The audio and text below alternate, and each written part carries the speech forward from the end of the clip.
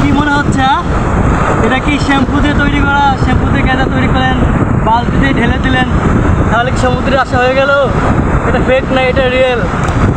আপনারা টাকা জমান আর আমি স্মৃতি জমাই। স্মৃতি, জীবনটা অনেক ছোট, বেঁচে থাকার জন্য কিছু স্মৃতি প্রয়োজন।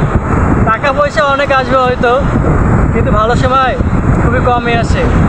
টাকা পিছনে পথে না ছুটে একটু ঘুরুন, নিজেকে সময় দিন, নিজেকে ভালোবাসুন। এত টাকা পয়সা কিন্তু কোনো সুখ নেই মনে। তাদেরকে বলছি, নিজেকে সময় দিন, নিজেকে ভালোবাসুন, আমার মতো এনজয় করুন। Love you.